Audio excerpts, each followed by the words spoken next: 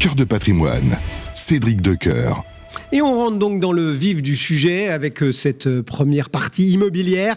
On accueille Igal Nathan, bonjour. Bonjour. Merci beaucoup d'être au rendez-vous, directeur associé de René Coste. Je le disais en préambule, on va parler démembrement, nue propriété, usufruit. Ce sont des termes que l'on évoque très souvent quand on est en gestion de patrimoine, mais ça vaut peut-être le coup qu'on repose un petit peu les principes sur le bureau avant de commencer. Est-ce que vous pouvez nous redire un petit peu ce qu'est finalement une nue propriété, ce qu'est l'usufruit, comment l'un se distingue de l'autre dans ce monde immobilier en tout cas? Oui, tout à fait. Vous faites bien de le rappeler, la propriété, puisque c'est de ça qu'il s'agit. C'est toujours un faisceau de droit. On a l'impression que c'est un droit monolithique, mais effectivement, la propriété est un faisceau de droit.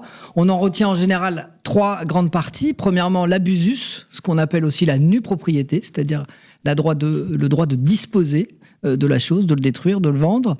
Le usus, le droit d'usage, donc le droit d'utiliser la chose dont on est propriétaire de ce droit. Et puis enfin le fructus, le droit d'en retirer un fruit. Donc effectivement, dans le cadre d'un démembrement de propriété, eh bien on va séparer la nue propriété, l'abusus, de l'usufruit, qui comprennent les droits d'user du bien et en retirer des fruits. C'est effectivement quelque chose qu'on connaît bien dans l'immobilier, mais qu'on connaît encore mieux dans d'autres secteurs, comme par exemple l'automobile, puisque vous savez bien qu'en une quinzaine d'années, le marché de l'automobile est passé de la propriété au démembrement de propriété, la LOA, la LDD, le leasing automobile. Et donc, alors qu'il y a une vingtaine d'années, on était à 100% en propriété, on est passé sur un marché 90. Les mots techniques de démembrement, d'usufruit et de nue propriété quand on parle de LOA ou de LDD ou de leasing, effectivement. Quels sont les principaux défis, du coup, qui se posent sur ces biens immobiliers lorsque un épargnant, j'ai envie de dire, même si c'était pas vraiment de l'épargne au départ, mais enfin, lorsqu'un héritier, est confronté, lorsqu'il reçoit finalement la nue propriété, j'imagine que c'est ça essentiellement qu'on reçoit, dans le cadre soit d'une donation, soit encore mieux d'un héritage. Eh ben, vous avez raison. Dans toute gestion active du patrimoine, on peut investir en nue propriété dans un bien, on peut démembrer des titres de SCI, SCPI et puis pour investir, mais dans tout décès, en tout cas quand il y a un couple et un conjoint survivant, le droit français accorde au conjoint survivant l'usufruit à vie pour la maman, le papa qui reste évidemment usufruitier de la résidence, et les enfants, les beaux-enfants vont hériter de la nue propriété. C'est la même chose, c'est le même démembrement qui se passe quand, sur conseil d'un notaire ou d'un conseiller en gestion de patrimoine, je vais démembrer mes parts de SCI ou une partie de mes biens immobiliers pour en faire la donation à mes enfants. Évidemment, c'est toujours une optimisation. Et on se retrouve dans le cas que vous présentiez il y a quelques instants, avec des héritiers ou des récipiendaires de donations qui se retrouvent avec une nue propriété, donc c'est-à-dire un capital, mais ils ne peuvent ni en jouir, ils n'ont pas l'usus, ni en retirer des fruits, ils ne peuvent pas le mettre en location, ils ne peuvent pas en retirer des dividendes, ils n'ont pas le fructus. Exactement. Et que faire de cette nue propriété? C'est là qu'on peut intervenir. Et là, c'est là que René Coste a gambergé et propose une solution qui peut être intéressante et qu'on va présenter donc ce matin. C'est Hérite Immo. Et la promesse, c'est de monétiser finalement cette nue propriété, c'est ça? Tout à fait. Alors, René Coste, depuis une centaine d'années, puisque la maison est créée en 1921 par Madame René Coste.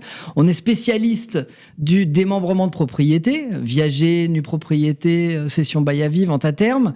Et on avait pour habitude de vendre des nues propriétés à des investisseurs, mais on était souvent à l'origine du démembrement, c'est-à-dire que l'occupant, le propriétaire, conservait la jouissance via usufruit du bien et cédait à un investisseur professionnel ou particulier la nue propriété. Et puis on s'est retrouvé contacté par des héritiers, des enfants qui avaient reçu des nues propriétés en donation donation, et qui disait moi j'ai ce patrimoine, mais j'ai besoin de le monétiser. J'ai besoin de me monétiser ma succession, mon héritage.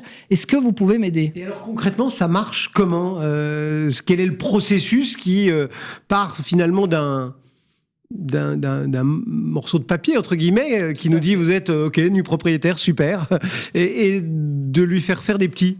Exactement. J'ai mon titre de propriété, de nu propriétaire du bien. Je l'ai reçu en succession au décès d'un des parents ou en donation. Et bien, je vais vendre cette nue propriété à un investisseur particulier ou professionnel. Et je vais transformer ce capital immobilier que je ne peux pas utiliser, je vais le transformer en liquidité financière puisque je vais être remplacé par un investisseur. On se repasse, entre guillemets, la patate chaude, quoi. On se repasse l'investissement. On a en France des dizaines de milliers d'investisseurs qui sont à la recherche d'investissements en nue propriété. Ça peut être via Renécos, ça peut être via de l'usufruit locatif social que font nos amis de chez Perle ou ailleurs. Donc on a ces investisseurs qui, eux, sont là pour du placement à long terme, qui ne sont pas pressés, au contraire, qui veulent cet investissement immobilier de capitalisation, sans revenu, mais un investissement immobilier par capitalisation. Et on a ces propriétaires de nue propriété, héritiers, donataires, qui ont besoin, eux, de liquidité. Bien, effectivement, on organise cette transaction en toute sécurité, en préservant les droits de l'usufruitier. Et il y a, entre guillemets, enfin, oui, on comprend mieux, on rend le capital liquide, mais il y a d'autres avantages, on va dire, financiers pour un héritier de vendre cette nue propriété ? L'héritier, son avantage, c'est qu'à un moment, il a besoin de liquidité. S'il n'a pas besoin de liquidité, il peut rester investi, à condition que ça soit sa stratégie patrimoniale, parce que c'est des investissements long terme, de capitalisation, qui ne génèrent pas de revenus. Mais l'intérêt, en fait, quel est le cas d'usage principaux, les cas d'usage principaux de nos clients ? Ce sont les gens qui ont besoin eux-mêmes d'acheter une résidence principale. À un moment, ils ont besoin de ce capital initial, sauf que il est bloqué dans cette nue propriété, ou les gens qui ont des projets professionnels à financer, et effectivement, on leur permet de générer cette liquidité. On rappelle, c'est pas comme c'est comme un viager, mais c'est pas comme un viager où généralement vous ne connaissez pas la personne pour laquelle vous achetez la nue propriété. Donc bon, il n'y a pas forcément de sentiments qui se créent. Là, généralement, vous êtes en train de nous parler d'héritiers dont un parent survivant est encore présent. Comment ça se passe ? Comment notamment le contrat garantit les droits de l'usufruitier ? Il pourrait se sentir un peu on va dire, abandonné par ses héritiers, non ? De les voir partir comme ça en vendant la nue propriété. C'est une très bonne remarque, Cédric. En fait, dans un cas sur deux, ce sont les usufruitiers qui nous contactent. D'accord. En général, la maman, la belle-maman, alors il peut y avoir aussi dans le cas de famille recomposée des situations familiales qui sont conflictuelles. Donc là, on va venir régler le conflit en donnant son argent à l'héritier en maintenant l'usufruitier dans ses droits. Mais en général, la maman, c'est elle qui nous contacte en disant voilà, je sais que mes enfants, ils ont besoin de cet argent. Moi, je veux pas partir de chez moi. Je veux y rester toute ma vie.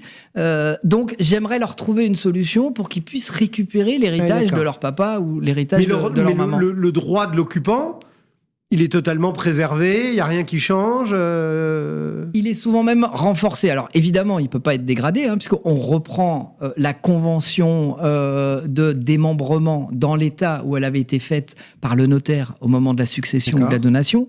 Mais parfois même avec un investisseur professionnel ou avec un investisseur particulier, puisque les choses sont bien plus normées que dans des transactions intrafamiliales, il arrive même que l'usufruitier soit bénéficiaire, parce que, par exemple, même si certaines charges ou certains travaux sont à la charge du nu propriétaire, il arrive que la maman ou le papa ne fasse pas payer les enfants. Évidemment que, c'est ce que vous disiez, avec un investisseur professionnel que je ne connais pas, la relation... J'ai pas forcément envie de lui faire de cadeaux. Et les choses se font telles qu'elles sont définies dans le contrat. Est-ce que... avec le retour d'expérience, vous avez, on va dire par un portrait robot, mais le cas ou les 2-3 cas les plus fréquents où cette possibilité est utilisée. Oui. Alors, j'adore cette question. Quels sont nos usual suspects ? C'est ça votre question. Premièrement, famille recomposée. Donc, en général, quand il y a les enfants d'un premier mariage avec la belle-maman ou le beau-papa. Ils ont peut-être pas envie, surtout parfois, ils ont le même âge, les enfants du premier mariage, donc ils n'ont pas envie de prolonger cette relation conflictuelle. Donc à un moment, l'idée c'est que chacun récupère sa partie de l'héritage sans qu'il y ait plus de relation. Ça, c'est le premier usual suspect. Le deuxième, c'est dans le cas de donation. Donc il arrive souvent sur conseil du notaire ou du CGP que par anticipation, on donne des biens en démembrement à des enfants jeunes, quand ils ont 12, 13, 15 ans, 18 ans. Il peut arriver que 10, 15 ans après, les enfants, eux, ils ont vraiment besoin... La situation patrimoniale a changé. Exactement, ils auraient besoin de cet argent-là. Les parents continuent à louer ce patrimoine qu'ils avaient donné en démembrement. Ils ont besoin encore, en complément de retraite, des loyers. Donc, ils conservent les loyers. Mais on leur apporte une solution pour gratifier de liquidité financière d'un capital leurs enfants. Juste, dernière question, peut-être, Yigal Nathan, c'est tout ou rien, parce qu'on pourrait imaginer un cas un peu particulier d'une famille avec effectivement un des deux parents survivants, une nue propriété qui a été divisée entre plusieurs enfants, et seul peut-être un des enfants a besoin de liquidité, pas les autres. C'est soit on fait toute la nue propriété, ou on peut là aussi la découper et finalement associer un détenteur de nue propriété. Enfin voilà, je me fais un peu l'avocat du diable, mais... Techniquement, rien n'interdit. Ouais, mais en fait, ça n'existe pas. Mais en vrai, le fonctionnement d'une indivision est déjà compliqué en soi. Donc, on va pas rentrer un investisseur particulier dans une situation conflictuelle avec des frères qui veulent vendre et puis des frères qui veulent pas vendre. Quel conseil, pour finir, on donne peut-être à tel ou tel auditeur, auditrice qui nous entend ce matin et qui se dit tiens, peut-être c'est pour moi. Si un de vos auditeurs est propriétaire de tout ou partie d'une nue propriété, parce qu'après il peut s'entendre avec ses co-nus propriétaires, et qu'il a besoin de liquidité pour financer un projet professionnel, un projet personnel, un investissement immobilier, je les incite à nous contacter et on est capable de faire une évaluation de leurs droits au prix du marché et de leur indiquer la faisabilité ou non de cette monétisation. Eh bien voilà, ça s'appelle Hérite Immo. Yigal Nathan, merci d'être passé dans Cœur de Patrimoine. On poursuit notre petit voyage ce mercredi. Cœur de Patrimoine, Cédric Decoeur.